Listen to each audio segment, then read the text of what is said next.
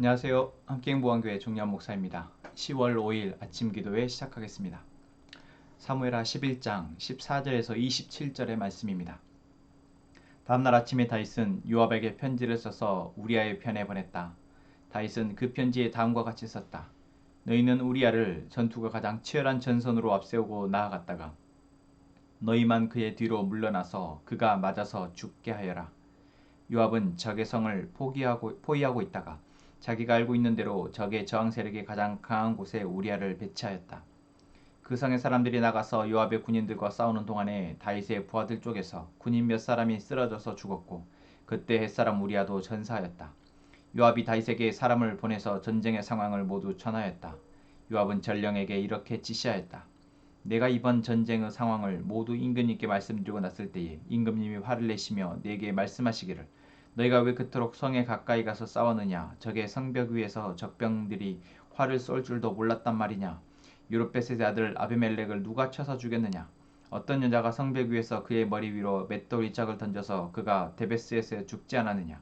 그런 것을 알면서 너희가 무엇 때문에 그토록 성벽에 가까이 갔느냐 하시면 너는 임금님의 부하 햇사람 우리아도 죽었습니다 하고 대답하여라. 전령이 떠나 다윗에게 이르러서 요압이 신부를 보내면서 일러준 말을 모두 전하였다. 전령은 다윗에게 이렇게 말하였다. 우리의 적은 우리보다 강하였습니다.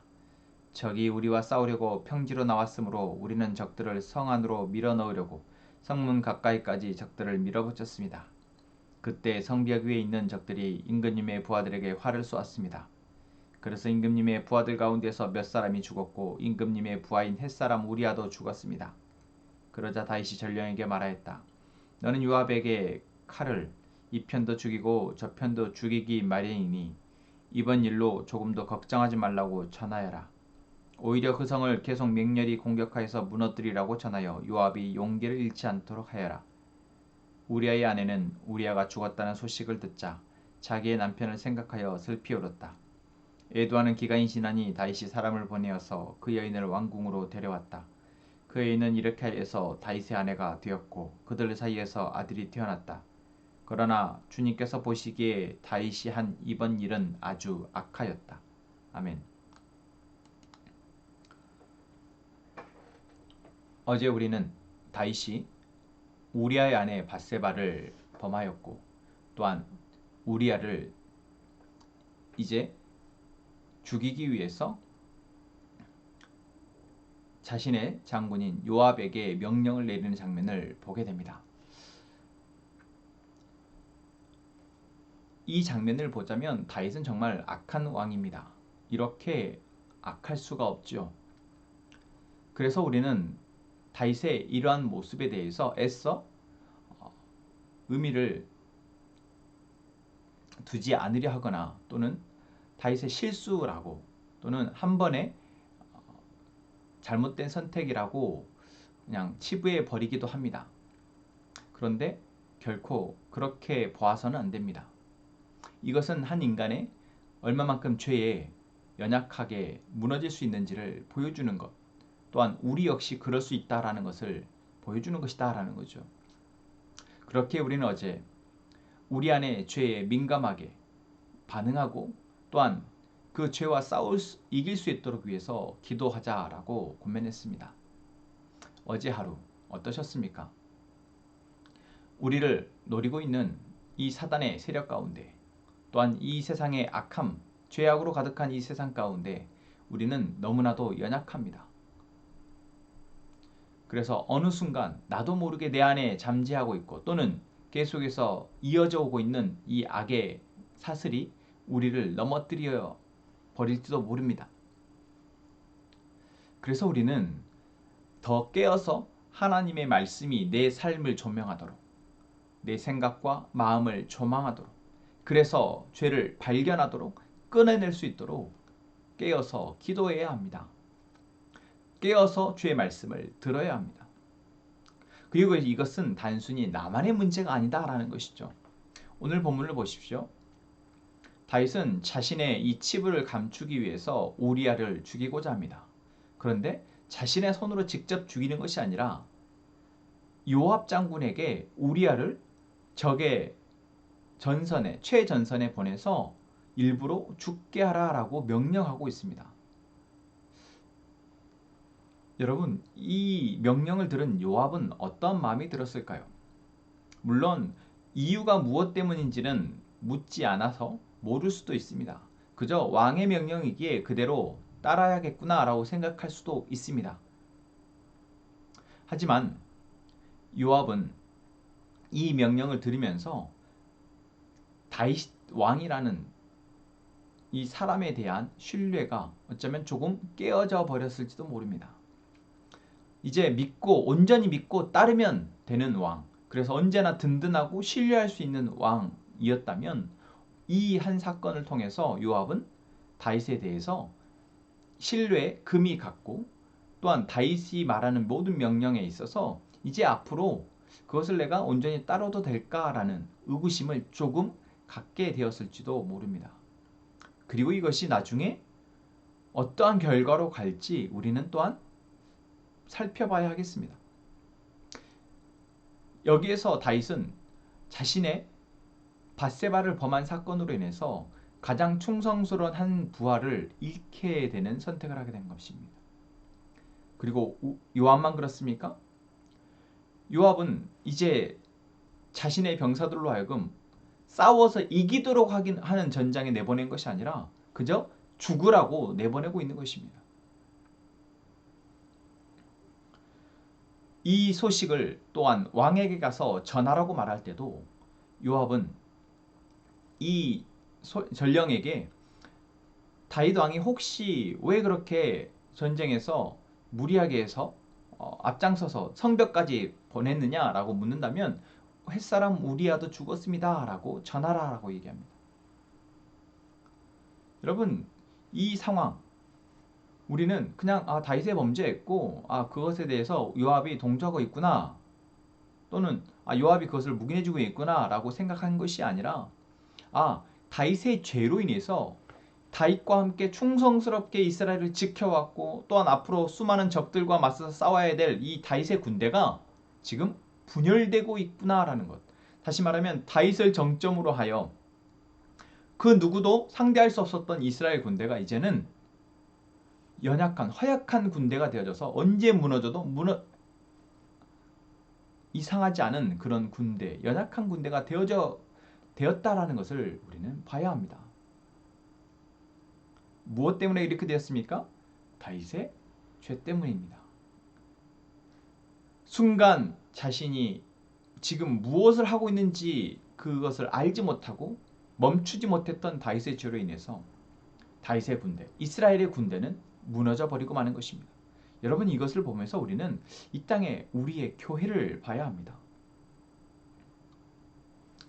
지난 주일 말씀 가운데서도 하나님이 우리로 이제 가나안을 정복하게 하실 때, 이 세상의 악함, 이 세상의 죄에 맞서서 싸우게 하실 때 정말 우리가 어디에 속해 있는지와 또한 우리가 무슨 힘으로 우리의 생사여탈권이 누구에게 있는지 분명히 알고 이제 그분의 말씀에 따라서 그분에게 주도권을 맡기고 이제 우리는 담대히 맞서서 싸워야 한다라고 말씀드렸습니다. 그런데 그것이 바로 지금 우리의 교회입니다.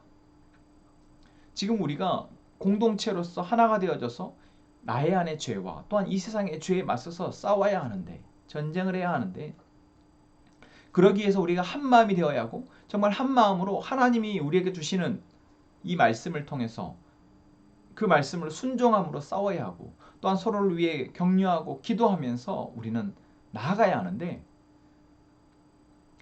한 리더의 죄로 말미암아 또한 공동체 안에 한 사람의 죄로 말미암아 그것은 깨어져 버린다라는 것이죠. 지금 우리는 이 땅에 많은 교회와 또는 목회자와 또는 교회 안에 리더들의 죄로 인해서 분열되는 교회들을 많이 보고 있습니다. 그것은 한 사람의 죄나 또는 한 사람의 일탈의 문제가 아니고 결국 하나님이 세우시고 하나님이 이 땅 가운데 빛과 소금의 역할을 감당하라고 하신 교회 공동체가 깨어져 버리는 것이다라는 것입니다. 그래서 싸울 힘을 잃어버리는 것이죠. 오늘 다윗의 죄로 말미암아 이 다윗의 군대가 그 죄에 동조하게 되어지고 그로 말미암아 분열되어지는 것, 죄가 이 군대를 무기력하게 만들어버리는 것, 그것과 같습니다. 그래서 우리는 나 한 사람의 죄의 문제는 나에 국한되는 것이 아니라 결국 나의 가정, 나의 공동체를 깨어버린다는 것. 더 심각하게 받아들이고 지금 나와 우리 가정 또는 우리 교회 안에 죄를 보고 이제 그것을 끊어내기 위해서 우리는 기도해야 한다라는 것입니다.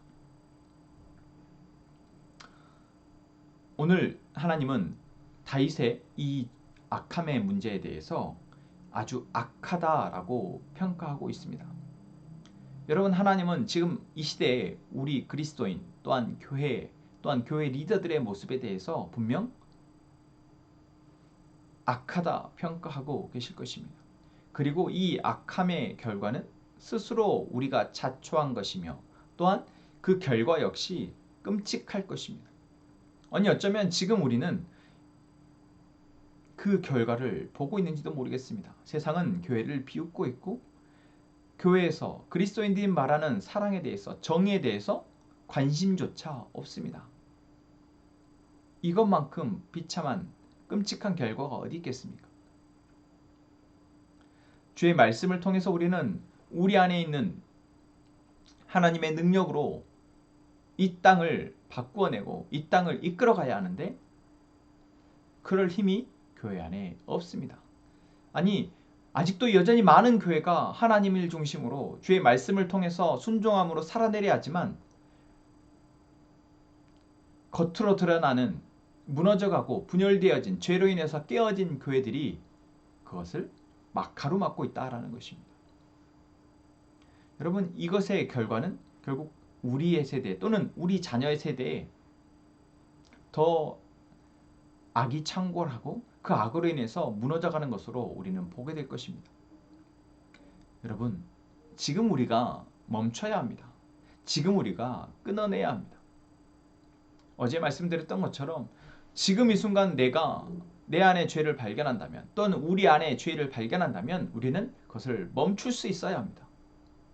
그것이 아무리 나에게 더 많은 이익을 가져온다 할지라도 그것이 아무리 우리의 쾌락을 더 극대화한다 할지라도 그것이 나로 하여금 더 안정감을 준다 할지라도 하나님 우리에게 그것이 아니다 말씀하실 때 우리는 멈출 수 있어야 합니다.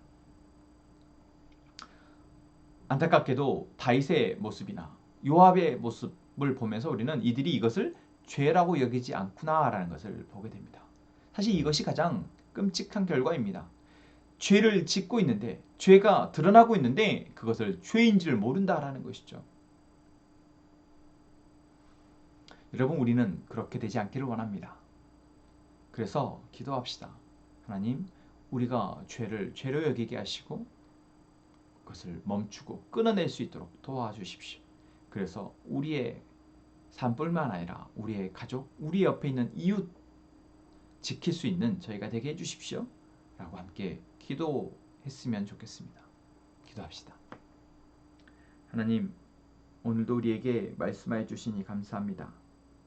주의 말씀이 우리 안에 있는 죄를 바라보게 하여 주옵소서. 우리 안에 있는 죄에 민감하게 반응하게 하여 주옵소서. 그리하여 끊어낼 수 있도록 도와주옵소서. 그래서 나도 지키고 우리의 이웃도 지키게 하여 주옵소서. 하나님, 우리 함께행복한 공동체에 속한 모두가 하나님께 속한 사람들임을 잊지 않게 하시고 이제 십자가의 피 흘림으로 대속함 받은 우리가 이 세상에 맞서 승리할 수 있음을 주님 믿고 오늘 우리에게 맡겨진 믿음의 싸움을 잘 싸워내게 하여 주옵소서. 하나님, 나라를 위해서 기도합니다. 하나님, 이 나라에 하나님의 사랑과 정의의 마음을 가진 자, 그래서 자신의 역할을 감당하는 사람들을 세워 주옵소서. 그들을 지키시고 그들을 통해서 이 나라를 회복시켜 주옵소서. 하나님, 이 시간 우리의 가족들이 기도합니다. 하나님 앞에 기도하는 우리의 간구를 하나님 들으시고 하나님의 뜻 안에서 우리가 하나님의 일하심이 이루어지고 있음을 보고 기대하며 계속해서 살아내게 하여 주옵소서. 예수님의 이름으로 기도합니다. 아멘.